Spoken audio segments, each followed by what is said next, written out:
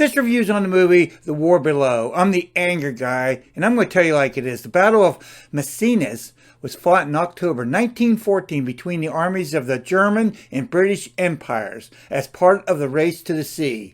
The Battle of Messines was complicated on how everything worked out.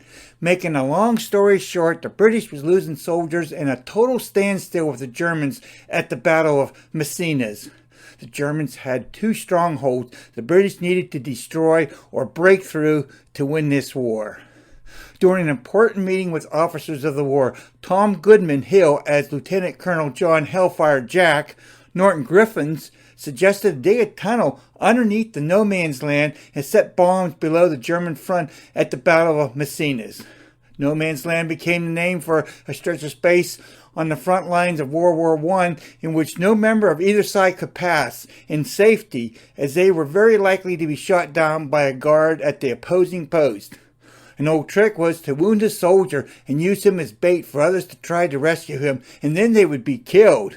Lieutenant Colonel John Hellfire Jack was ridiculed for his idea of digging a tunnel, especially from Andrew Scarborough, Colonel Fielding.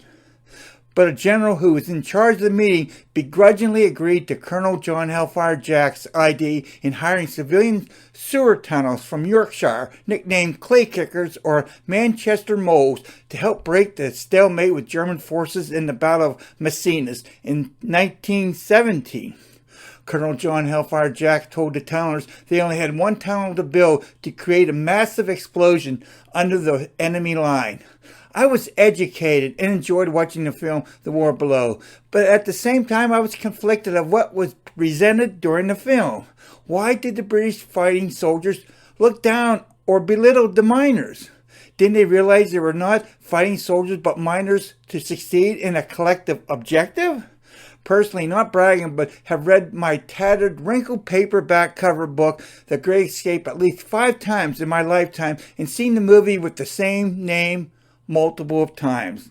The film The War Below did not show how they got rid of all that clay except for putting them in small canvas bags. Didn't they need to support the roof of the tunnel because they were digging in clay? Did they wet the walls of the tunnel and let them dry hard? I don't know. It was never shown. The Great Escape and documentaries on the drug cartel tunnels have some types of recycling the air if the tunnel gets too long. The Manchester moles had to have difficulties in digging the clay tunnel. The complex and separate groundwater tables, digging deeper in the clay so the Germans digging their own tunnels would not hear them. I'm just referring to how much work had to be accomplished by only 5 men. Another item about the film was it was focused on the ending and not on the fake bullshit about these men were sacrificing their lives for God and country. I felt that I got to know Sam Hazeldine as William Hawken and Goodman Hill as Hellfire Jack, but didn't know who Mr. Stockford, Mr. Shorty, George, and Charlie was. I felt awkward when something terrible happened to some of these men, and it really didn't bother me.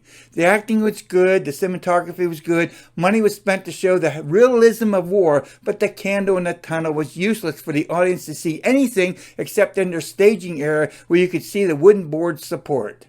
And this film is fact-based. I still can't understand the resentment against the miners. Out of an alphabetic score, I give the film The War Below a C+. Do I recommend to watch this film? Yes, but I do question if emotions, the feelings, and attitudes of true patriotism was displayed in this film. Thank you for subscribing. Appreciate you viewing and value your comments. Thank you.